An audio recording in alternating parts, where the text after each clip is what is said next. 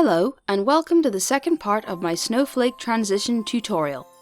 In the last video, I showed you how to make a Snowflake transition in Adobe After Effects without using any third-party plugins.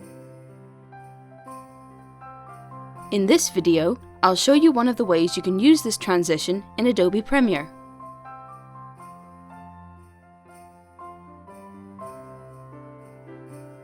We have our project here with two video clips, and we're going to use the transition to do a blurred wipe between the two. First, we'll import our transition from wherever we have it saved. You can do this by dragging it from the Windows Explorer window into the project panel.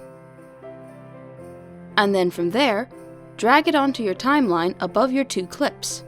I've got them slightly overlapped so that when I mask out the faded wipe, it will move seamlessly from one clip to the other. Now we need to create the mask. With the first clip selected, in the Effects panel under Opacity, just click on the small rectangle. This will create a rectangular mask in the middle of our clip. The problem is, the mask reveals everything inside it and we want it to do the opposite. To get it to do that, just click the inverted checkbox below Mask Expansion.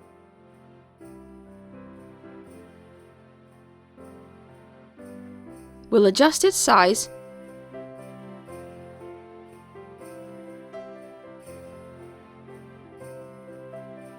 Then we have to increase the mask feather to about 148. This will give us a gradient between the two clips rather than a sharp line.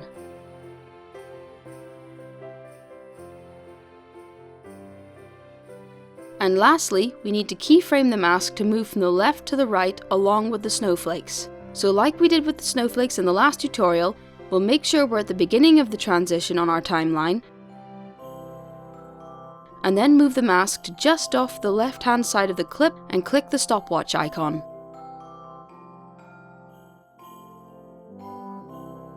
Then we'll go to the end of the transition and we'll move the mask to the right so that it covers the entire clip.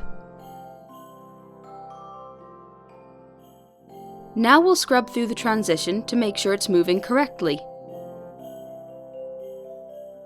Sometimes it's necessary to add in some keyframes in the middle to adjust the speed and distance the mask is moving to keep the wipe in time with the snowflakes.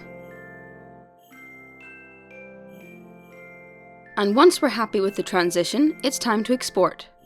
To do this, go to File, Export, Media. Make sure the timeline is selected before doing this, otherwise it won't open the export window. Then choose what you want to name your export. I've named mine Snowflake Transition Demo.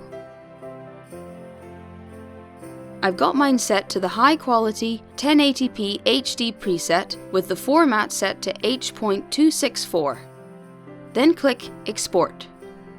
And we'll leave it to do that.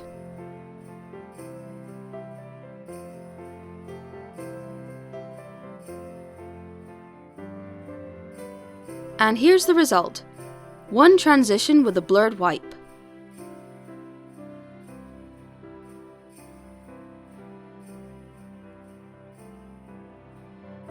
Thanks for watching this tutorial. If you found it helpful, please give the video a like, and if you'd like to see more, consider subscribing.